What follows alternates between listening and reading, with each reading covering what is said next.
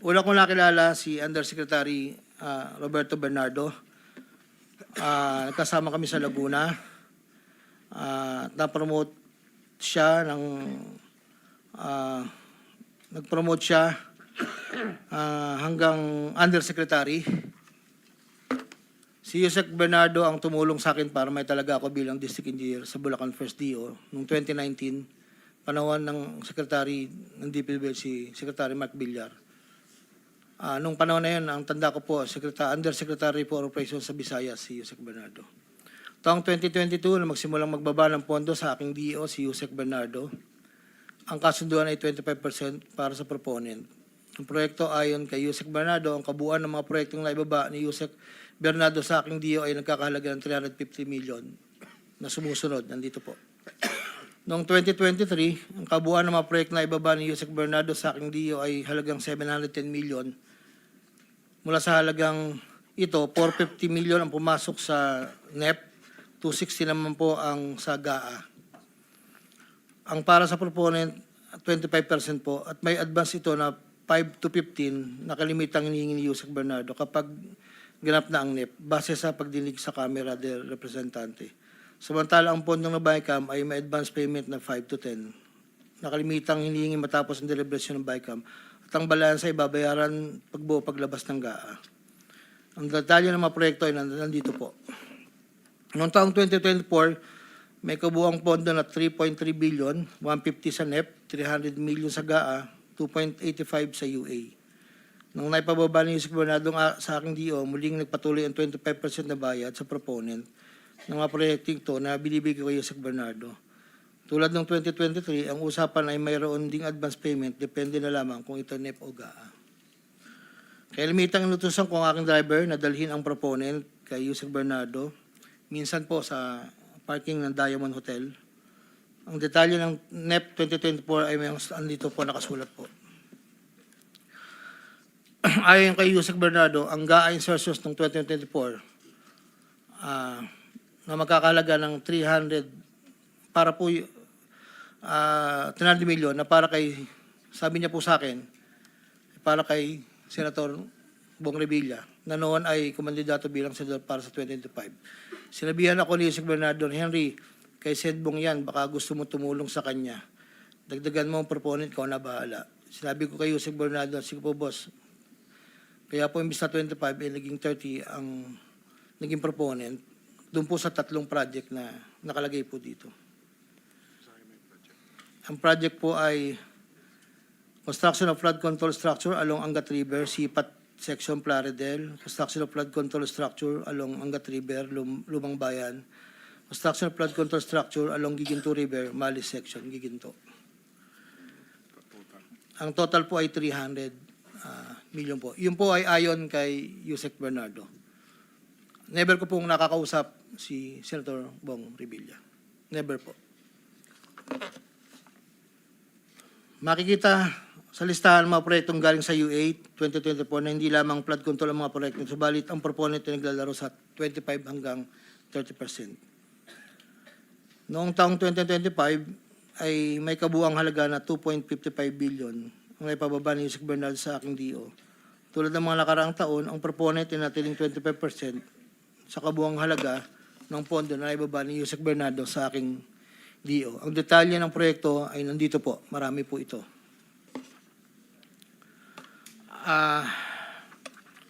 Taong 2022, yun nga po, nabanggit ko kanina, humiling si Senator Joel Villanueva ng proyektong multipurpose building, ikakalaga ng 1.5B. Sa halagang 1.5B ay 600 million lamang ang napagbigyan na pondo para sa multipurpose building. Hindi ito napagbigyan, kaya napilitan kaming gumawa ng paraan ni Yusek Bernardo.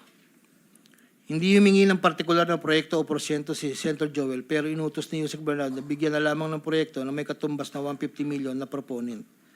Dahil dito, nabigyan si Senator Joel ng proyektong unprogrammed operations ng 2023, nagkakalaga ng 600 million na pawang mga flood control ng mga proyekto at kung saan susumahin na 25% na proponent ay may halaga na 150 million. Hindi alam ni Senator Joel na flood control ang mga proyektong nailan sa kanya dahil ang aking pagkakalam ay ayaw po ni Senator Joel ang project na flood control.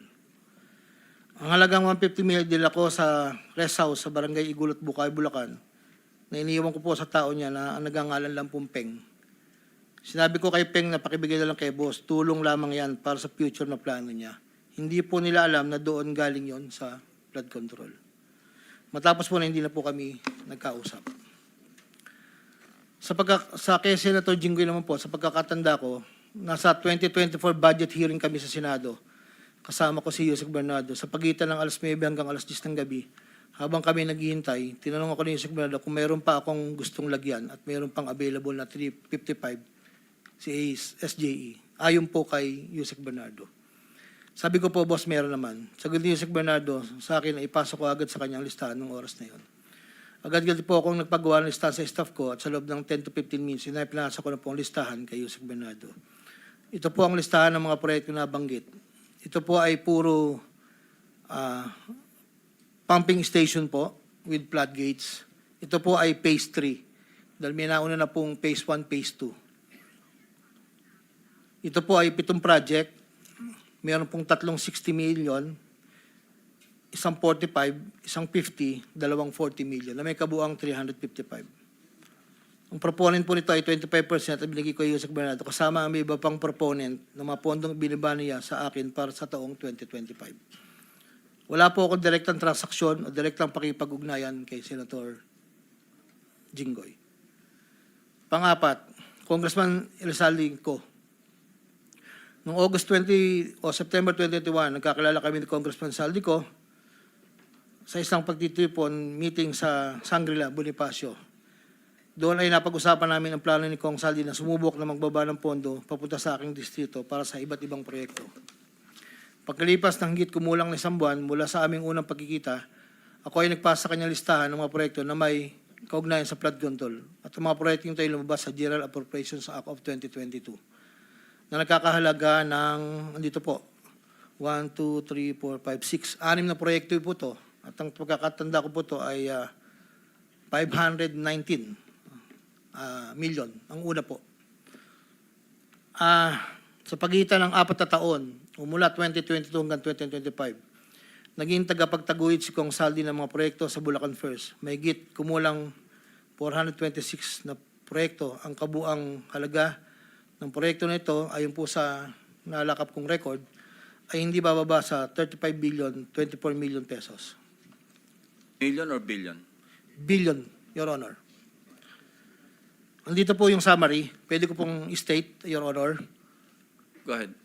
Sa taong 2022, yun po yung una, bycam lang po ito ayon sa record ko po. 519 million. Sa 2023, 5 billion 790 sa NEP, 3 billion 250 sa BICAM, at 3 billion 890 sa UA. 2024, 5.8 billion sa NEP, sa BICAM 5.084, sa UA 3.306. Sa 2024, nagkakalaga po ng total na 14 billion 190, sa 2023, 12 billion, sa 2022, 519. Noong pong 2025, ay 7 billion 385 na lang po sa NEP. Wala na pong kasunod. Sa bawat proyekto na pinapasok ni Kong Saldi, meron akong binigay na obligasyon sa kanya para sa pondo base sa aming kasunduan noong 2022. Ang kanyang hinihingi na budget sa bawat proyekto ay 20% lamang po noong 2022. Kung makikita niyo po, Your Honor, isasabay ko na rin po ito, na yung larawan po nandun po sa, kasama po ako, na nakatayo, yung opisina. Yun po yung 20% po na 2022 inaayos po namin doon sa litrato po. Subalit nung taong 2023 hanggang 2025, ito tumaas ng porsyento ng 25% po. Ang pag-abot ng porsyento para kay Kong Saldi sa bawat proyekto ay kadalasang hindi isang baksakan. Ito rin ay nakadepende kung paano na ipasok o na-insert. Kapag ang proyekto ay napasok sa NEP, ang unang 10% ay agarang binibigay ko kay Kong Saldi. Habang ang balanse na 15% ay paglabas na po ng GAA within 1 to 2 months. Iniipon ko muna po yan bago po ipadala sa kanya. Kapag ang proyekto naman ay naipasok ng Kong Saldi sa BICAM, ang unang 10% ay binabayad sa kanya matapos lumabas ang GAA at ang balancing 15% ay binibigay makalipas ng 2 buwan mula nang maaprubahan ng GAA. Pero kapag proyekto ay naipasok gamit ang UA, ang 25% ay agarang iniipon ko pat ibinibigay kay Kong Saldi. Ang pambayad para kay Kong Saldi ay nanggaling sa mga advances mula sa kontratista, pero hindi na alam ng mga kontratista kung para kanino ang advance na yon. Ang pera na nakalaan para kay Kong Saldi ay dinadala sa akin. Ako naman po ang nagdadala o naghahatid na hinihinging porsyento ng Kong Saldi sa iba't ibang tao niya. Hindi ko po siya na-meet during pagdadala. Ang tao niya po ay may alias lang Paul at Mark. Dahil sila po yung nag-message po sa akin through Viber, disappearing message po iyon, na doon ko po dadalhin.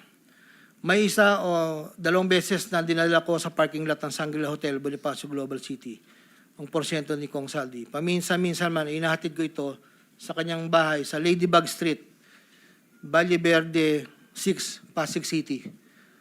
Mula Ortigas po, kakaliwa ka, stoplight, may gate ka kanan, kakaliwa ka kanan, makikita na po yung bahay. Minsan po, inuutos ko lang po, minsan po ako po ang nagbababa. May tao lang pong tatanggap, tapos po, iiwalan ko na po.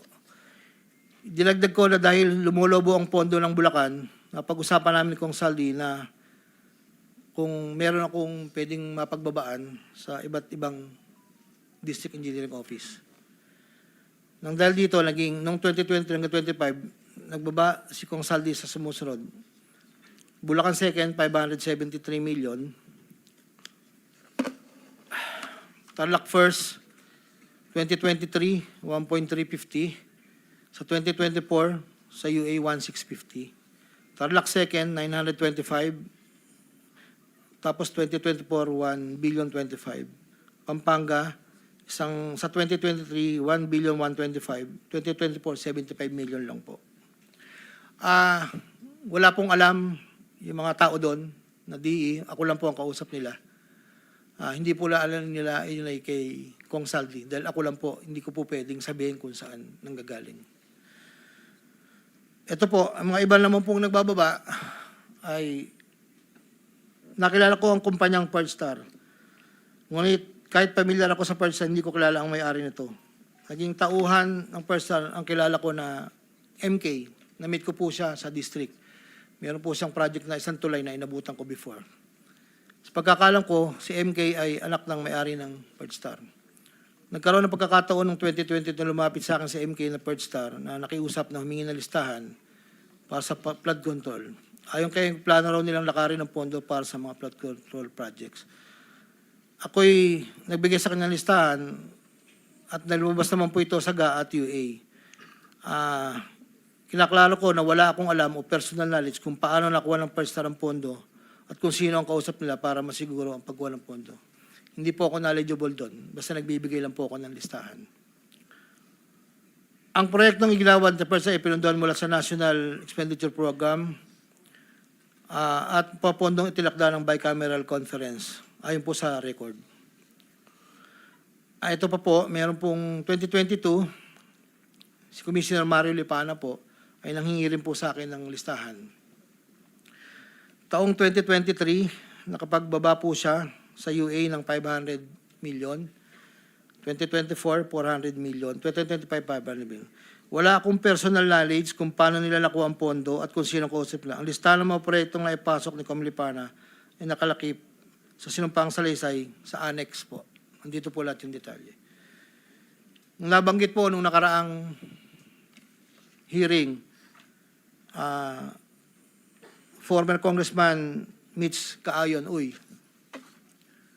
noong taong 2021, nakilala ko si isang pagtitipon, hindi ko na po matandaan, alam ko po birthday, na noon ay Yusek pa po, ang pagkakatanda ko. Dito ay nakapag-usap kami at tinanong niya kung pwede siya magpababa ng pondo sa aking DO. At sinagot ko naman na, opo, pwede po. Noong taong 2022, nakapagbaba ng halagang 411 million sa GAA si Yusek Mitch na may usapan kami na may gastos na 10% lang po. Hindi niya po pinakailaman yon. Sabi niya, bahala ka na kung sino man ang mananalod contractor niyan. Noong ikapat na pagdinig ng Senate Blue Ribbon Committee hearing, may 2 larawan na pinakita ang chairman ng Senate Blue Ribbon Committee Senator Pampilo Lacson, kay Engineer Bryce Hernandez.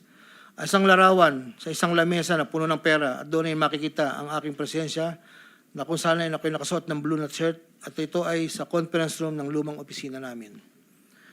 Para po sa kalaman, lahat po ng pera na yon ay para sa BICAM ni Kong Saldi, 519 million na may 20% proponent noong 2022.